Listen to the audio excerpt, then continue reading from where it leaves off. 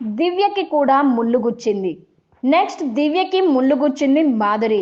దివ్య కూడా అంతే సార్. తన గేమ్ కంటే కూడా పక్క వాళ్ళ గేమ్ పైనే ఎక్కువ కాన్సన్ట్రేషన్ పెడుతుంది. పక్క వాళ్ళు గేమ్ ఎక్కువ ఆడటానికి ట్రై చేస్తూ ఉంటుంది. వాళ్ళ వాయిస్ కూడా ఆమె అయిపోతుంది. అవన్నీ తగ్గించుకొని ఆడితే బాగుంటుంది సార్. ఇంకెవరు లేరు సార్ అంటూ మాధురి చెప్పింది. దీంతో ఓకే అయితే మరి మాధురికి బై బై చెప్పేద్దామని నాగ్ అన్నారు. ఇక వెళ్లే ముందు కూడా మాధురి తనుజ కాస్త ఎమోషనల్ అయ్యారు. దీంతో వెళ్లే ముందు మరోసారి తనుజకి సలహా ఇచ్చింది మాధురి. నువ్వే విన్నర్ కావాలి తనుజ. బాయ్ తనుజ, అలగొద్దు. ఎవరు భోజనం చేయమని అడగరు, ఎవరు పెట్టరు అని మాధురి అంది. ఈ మాటకి మీరు ఒక్కరే అడుగుతారా ఏంటి అని భరణి అన్నాడు.